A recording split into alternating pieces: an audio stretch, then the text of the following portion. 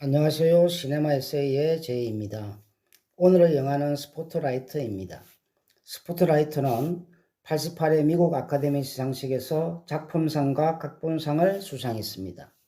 스포트라이트는 실제 사건을 바탕으로 보스턴 글로버 기자들이 교회와 지역사회의 압박과 저항에도 보스턴의 로마 가톨릭 교회와 전 세계의 교회에서 발생한 성폭행 사건을 드러내고 정의를 실현시키는 내용을 담고 있습니다. 보스턴 글로버지의 신입 국장 베런이 부임합니다. 베런이 스포트라이트 팀장인 로비와 만납니다. 스포트라이트 편집장이죠. 선수 겸 코치라고 할 수 있죠. 부정비리 찾는 4인팀이고 지대 내용은 기밀로 합니다. 지금은 뭘 하고 있죠? 건설에서 비리 하나 터뜨렸고 지금은 다음 기사 준비 중입니다. 베런이 직원들과 첫 미팅 후 질문합니다. 이번 주 맥나마라시 칼럼 읽으실 분 계신가요? 개혁원 사건 관련인 거죠.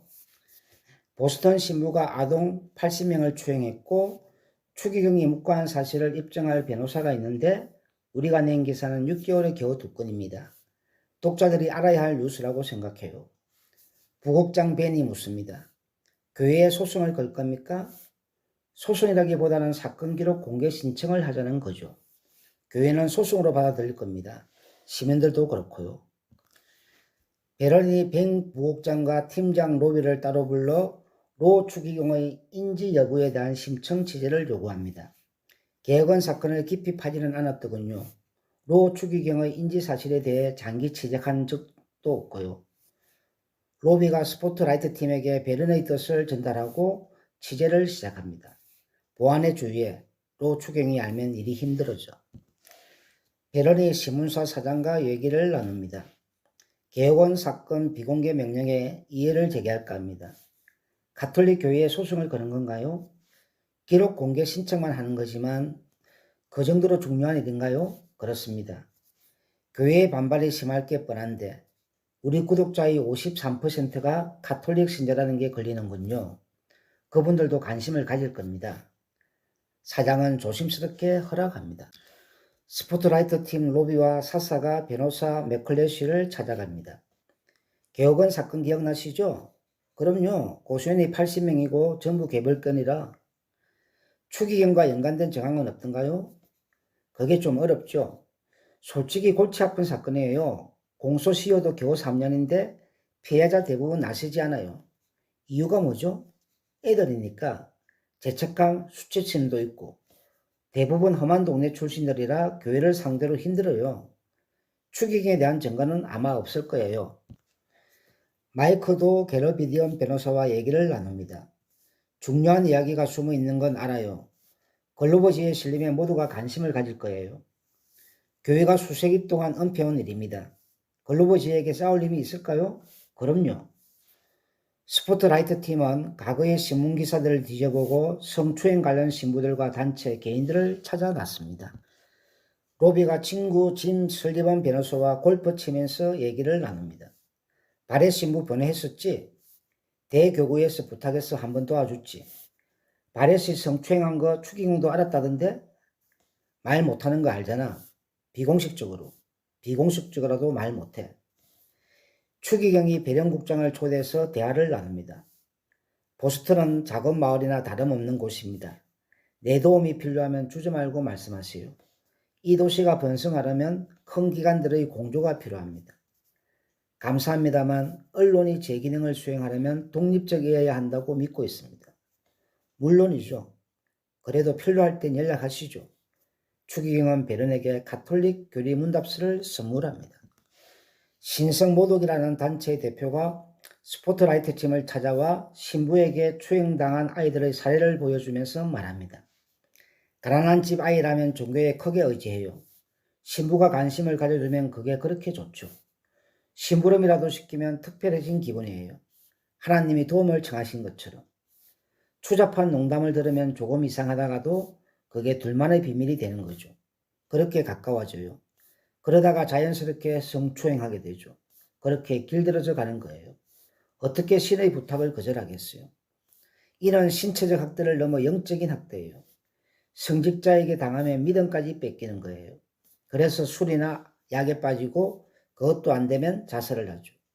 이건 보스턴만의 문제는 아니죠. 전 세계적인 문제예요. 바티칸까지 연관된 문제예요. 증거는 있어요? 생각해봐요. 어떻게 한 명도 몰랐겠어요? 내가 보스턴에만 성추행과 관련된 신부 13명을 알아요. 13명요? 단체 대표는 5년 전에 이 모든 자료를 신문사에 보냈지만 아무도 관심을 가지지 않았다고 말합니다. 여기자 사사가 피해자와 면담합니다. 여기서는 용어가 중요해요. 추행 정도로 순화하면 안 돼요. 어떤 일이 있었는지 사람들이 알아야 해요. 마이커가 한 연구자와 통화합니다. 30년간 성추행 신부들과 피해자들을 연구했어요. 교회는 소수의 일탈로 비치길 원하지만 문제가 훨씬 커요. 얼마나 큰데요? 연구를 근거로 한다면 하나의 정신병리 현상으로 분류해도 될 정도예요. 스포트라이트 팀은 교구 신부 명부 전체를 뒤지며 특이 사항을 조사에 들어갑니다. 병가라는 기록이 성추행 사고를 뜻하는 표기음을 짐작해냅니다. 그리고 대부분의 성추행 사건이 성당 교구 변호사와 대리 변호사의 사적 합의로 비밀리에 처리되면서 법원에는 관련 기록조차 없음을 확인합니다. 교회는 문제를 은폐하고 변호사는 쉽게 사적 이익을 얻는 추악한 이권 카르텔, 침묵 강요 카르텔이 존재하고 있었던 겁니다. 스포트라이트 팀은 변호사 캐러비디언이 성추행 문제를 법정으로 끌고 가라고 했던 게 세상에 이 일을 알리고 싶어했다는 걸 알게 됩니다. 캐러비디언이 마이커 기자에게 말합니다. 아이를 키우는 것도 마을 전체의 책임이고 학대하는 것도 마을 전체의 책임이다. 카톨릭 행사장에서 로비와 짐 변호사가 얘기를 나눕니다. 짐, 신부 변호는 대체 몇 건이나 연관된 거야? 직업윤리상 말할 수 없어. 그게 다야 짐이? 옳은 편에 서야지.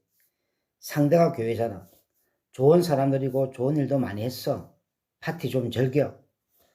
스포트라이트 팀은 신부들에 대한 교직 해제 표기가 다양하다는 것을 알아냅니다. 병가, 휴직, 미발령, 긴급 파견이 성추행 관련 신부들과 관련된 것임을 알아냅니다. 팀원들이 전문 연구자와 통화합니다. 이 사태의 본질을 파악하고 싶다면 독신서약부터 살펴봐야 돼요. 아주 충격적인 얘기인데 성직자의 50%만이 순결을 지킵니다. 대부분 다른 성인과 성관계를 하고 있어요. 그런데 은폐하고 묵인하다 보니 아동 성애자들까지 감싸고 있어요. 교회도 이 사태를 인지하고 있을까요? 물론이죠. 아동 성애자 신부들로 인한 피해 규모가 1985년에 10억 불이죠. 로비 팀장이 묻습니다. 보스턴 신부 13명이면 평균치에 근접한 숫자인가요? 전혀 아니에요. 너무 적은데요. 전체 신부의 6% 정도예요. 보스턴 신부 1,500명의 6%면 90명이에요. 예상보다 많은 숫자의 팀들은 충격을 받습니다. 이 정도면 성직자들의 일탈을 조장하는 가톨릭 교회의 제도, 관행, 정책에는 문제가 없나 하는 생각이 듭니다. 독신서약의 종교적, 제도적 근거가 무엇인지 궁금해집니다. 스포트라이트 팀은 신부 명단 전체를 뒤져 병가, 미발령, 치료센터로 표기된 87명의 명단을 확보합니다. 로비가 짐 변호사와 통화합니다. 중요한 일이야 알아야겠어. 관련된 신부가 90명이 될 수 있어. 거기까지 해 로비. 로비와 사사가 맥컬리시 변호사를 찾아가 얘기를 나눕니다. 문제 신부가 무려 87명이라는 정황이 포착되었어요. 이 정도면 근사치인가요? 합의본 신부가 몇입니까? 말 못하는 거 아시잖아요. 말하는 게 좋을 겁니다. 피해자 이름도. 협박하는 건가요? 두 가지 기사가 있죠. 타락한 성직자 기사, 성학대 아동들을 돈벌이에 이용한 변호사 기사. 자, 어떤 기사로 써드릴까요? 둘 중 하나는 쓸 건데. 진작 명단을 보내드렸잖아요. 무슨 소리예요? 누구한테?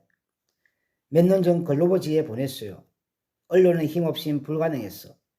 당신들에게 명단을 보냈지만 덮여버리더군요. 맥 변호사도 처음에는 이 문제를 세상에 알리려 했던 것 같습니다. 하지만 언론의 무관심이 맥 변호사의 마음을 좌절시켰던 것 같습니다.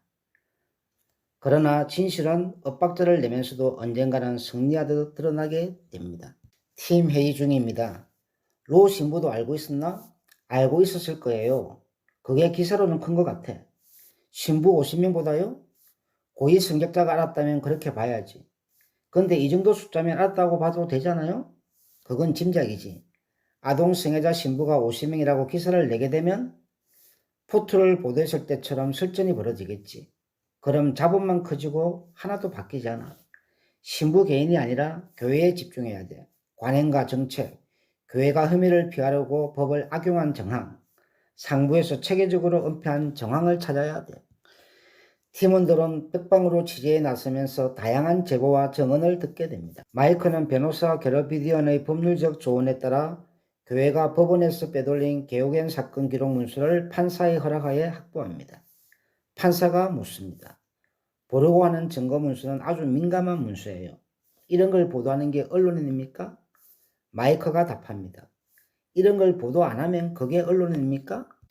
마이크가 로비에게 전화 겁니다. 로비, 대박이에요. 로 추기경이 개옥의 문제를 오래전부터 알았어요. 마가렛 캘런트란 여자가 로 신부에게 편지를 썼어요.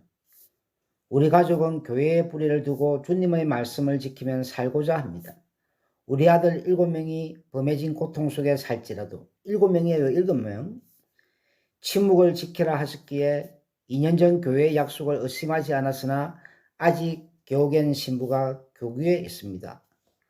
로 신부에게 편지를 보냈는데 무시해버린 거예요. 같은 해에 또 한 통의 편지가 있어요. 최근 개옥엔 신부의 센터 줄리아 발령에 대해 드릴 말씀이 있습니다. 소년들과 성적 접촉한 이력이 있는 자입니다. 이전 교구에서도 이 문제로 나온 것으로 압니다. 심리치료를 받는 동안은 업무에서 배제하도록 조치해 주셨으면 합니다. 지속적인 관심에 감사드립니다. 보스턴 주교 존 1984년 12월 7일 상부에 반기를 든 거예요. 엄청난 거예요. 근데 무시해. 엄청난 증거예요. 벤에게 보고할까요? 아니 아직. 왜요? 한 명을 은폐한 증거지. 아직 90명 남았어. 그건 차차 밝혀도 이건 지금 내야죠. 이 기사를 서두를 필요가 없어. 빨리 기사를 안 내면 다른 신문사에서 나와요. 왜 지금 내는 걸 꺼려요? 체계를 파헤쳐야지. 전체를 파악해야 돼. 그래야 종지부를 찍을 수 있어. 종지부를 찍을 수 있는 방법은 그것뿐이야. 마이크는 승직자들에 대한 분노로 기사를 당장 내자고 요구합니다. 마이크와 사사가 얘기를 나눕니다. 요새 할머니랑 성당 안 가. 너무 힘들더라고. 거기 앉아있으면 조나 다른 사람 생각이 나서 너무 화가 나. 화가 나 미치겠어. 어릴 적 성당 가는 걸 정말 좋아했어.